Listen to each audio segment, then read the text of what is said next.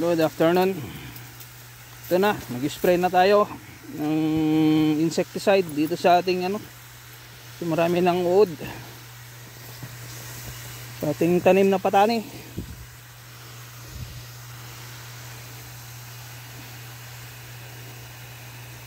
Ayan, start na tayo.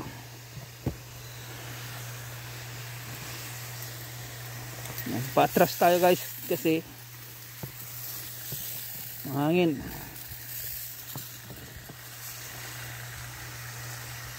Ayun natin dito.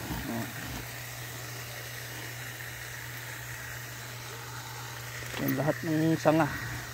Sprayan natin kasi ayan marami ng bulaklak.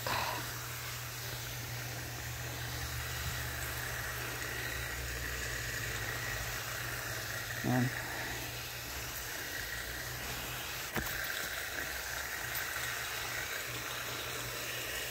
Saka ito.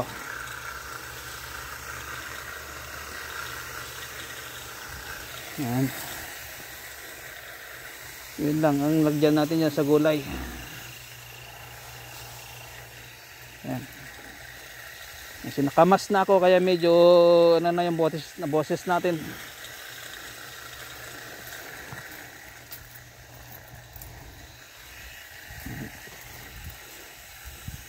Huwag natin kontrahin yung hangin.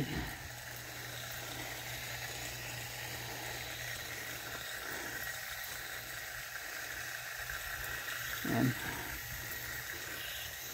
Kita nyo lahat ng sanga mayroong bulaklak. Bawat dahon yung katabi niya may bulaklak.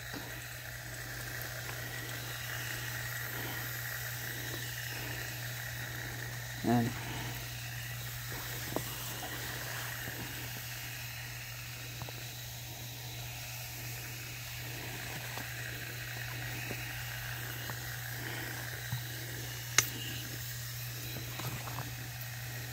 Ito tayo. Yan.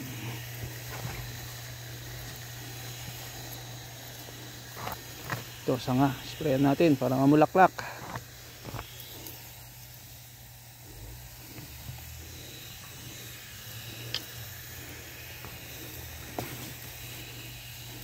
Yan.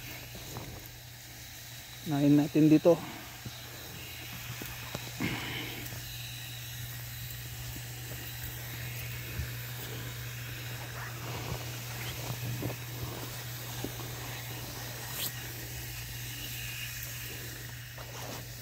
Yan, yung pinakapuno sprayan din natin sa baba. Saan yung kanyang ugat. Ito tayo dadaan kasi meron dyan yung punla.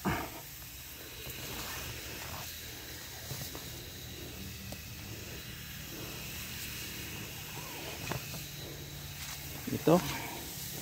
Yan, sa kanyang pinakapuno sa mga ugat.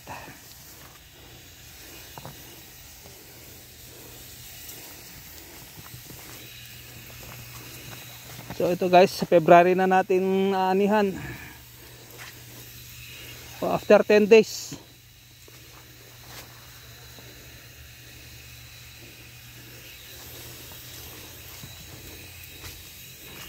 So sa katapusan na ng January ang ani nito.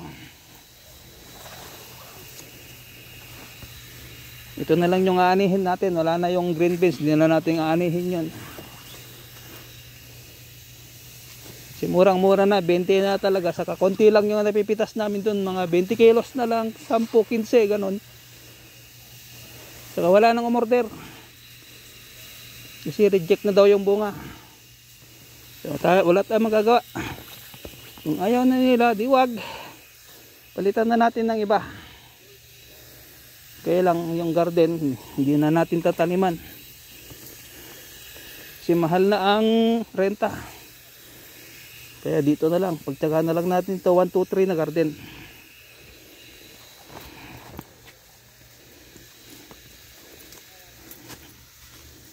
Yan.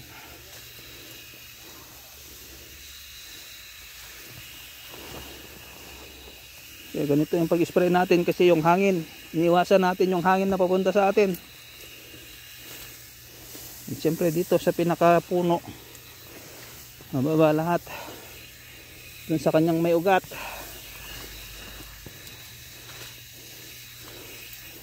Para kung ano man yung nakatago dun, insekto, mamatay. Kaya lang dito muna sa taas ang uunahin ko. Pag may sobra, yung ground sprayan din natin.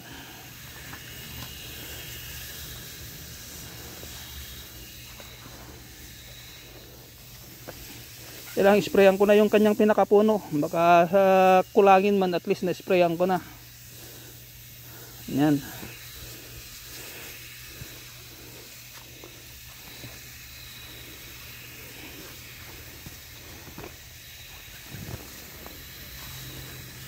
Okay.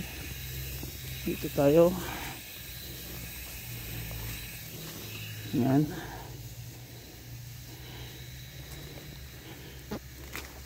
So, nandyan yung kanyang mga bulaklak.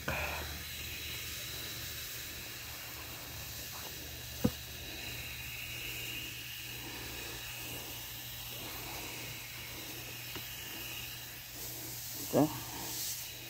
Sprayan natin. Yan yung paligid. Yan.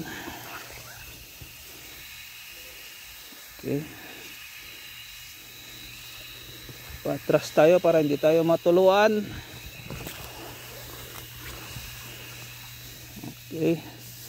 Ito.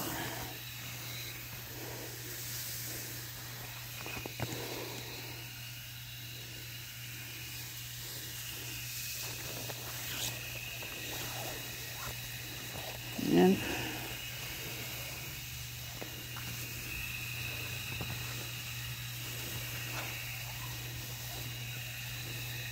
Okay. Tayo.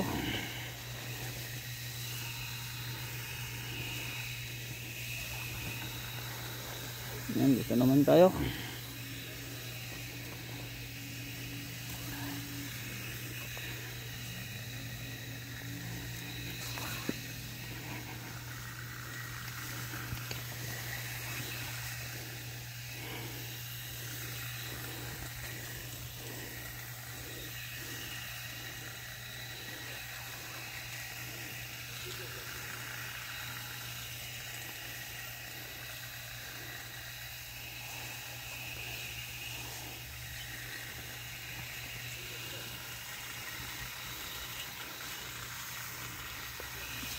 Tignan natin kung nasaan yung kanyang ugat.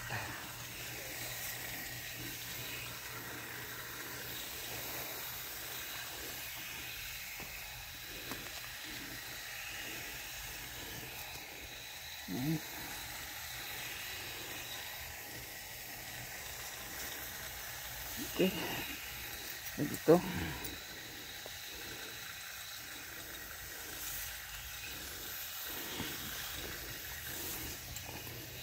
Yan.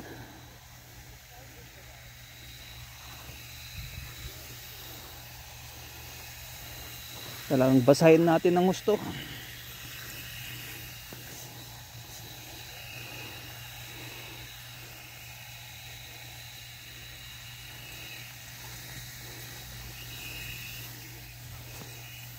Pansin nyo, ito mas maliit, mas huli ito ng isang buwan.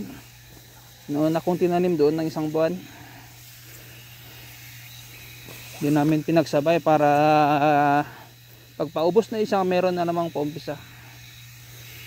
Pero pinagsama na namin ang harvest nito.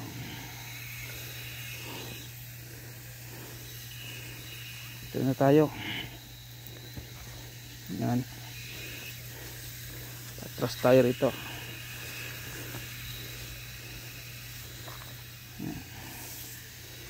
Ha?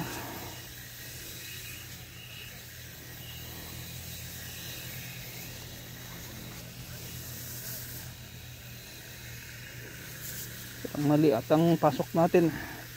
Bale, mamaya na lang dyan.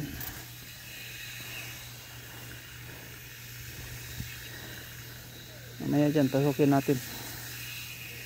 Ito muna tayo, dito na tayo.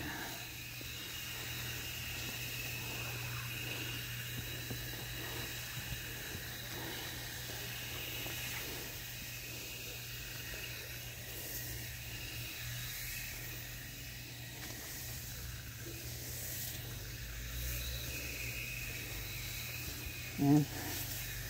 Kung napansin nyo yung puno nito, mas malaki.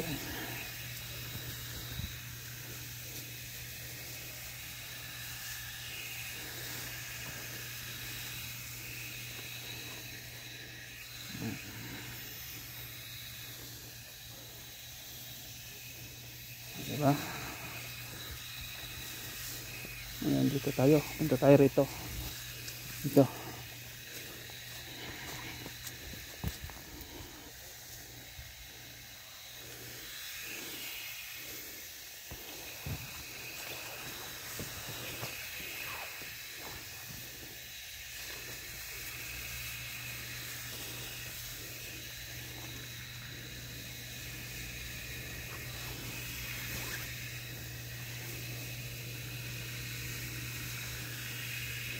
Samang tama to, after 10 days marami na yung ulit mapipitas, maka 100 kilos tayo kasi maganda ang presyo nya.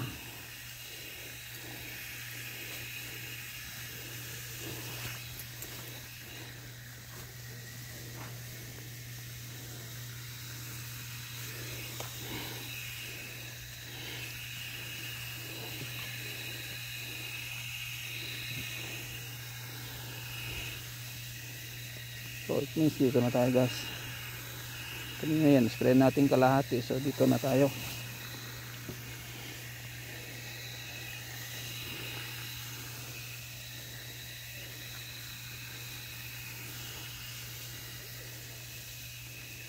Dito tayo. Spray natin umakyat doon. So dito.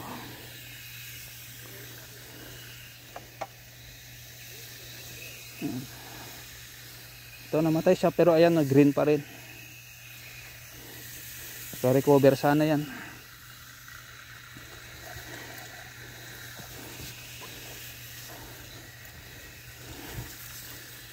Tignan natin to. Ayan.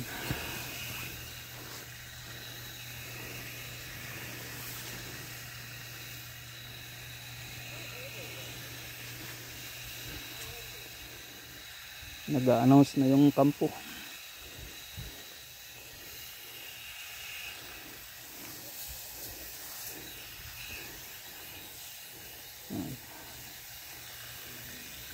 Diba?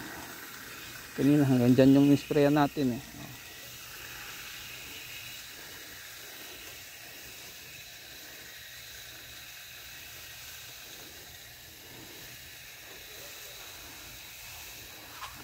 Sprayan na natin hanggang doon.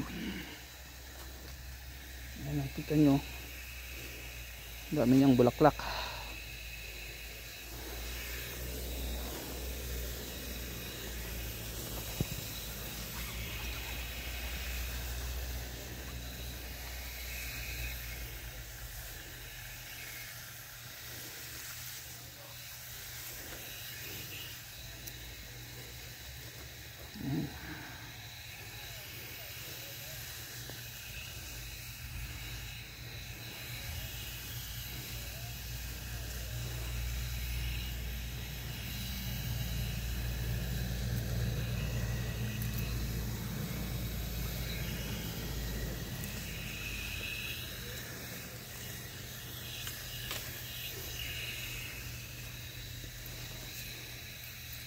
Yan.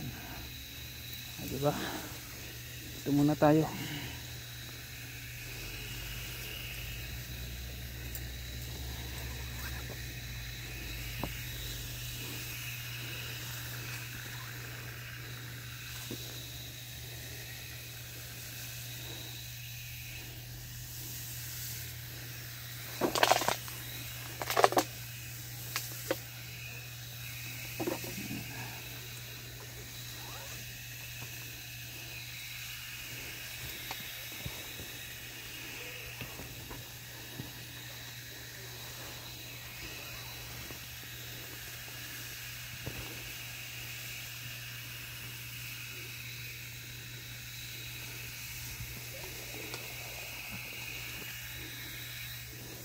Ito.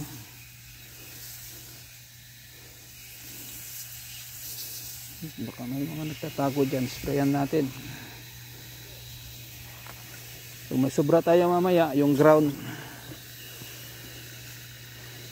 sprayan din natin. Marami yung kulisap na puti o yung white flies.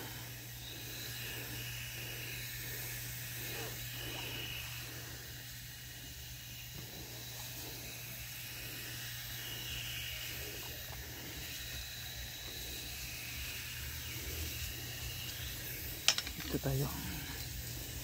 Ayan.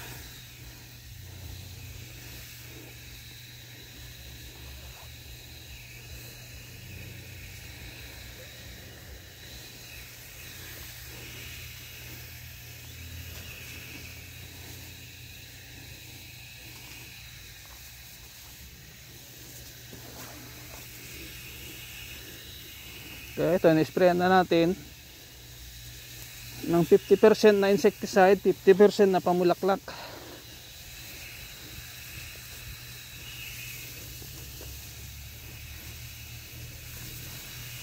Kasi maganda pa ang presyo niya, 100. Kaya may sobra pa tayong gamot.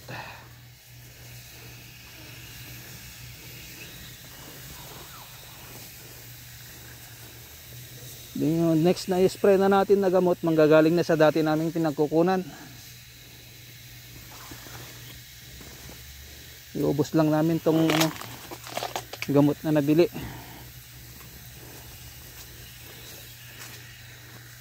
Kasi sayang din kung tatapon mo, gamot pa rin.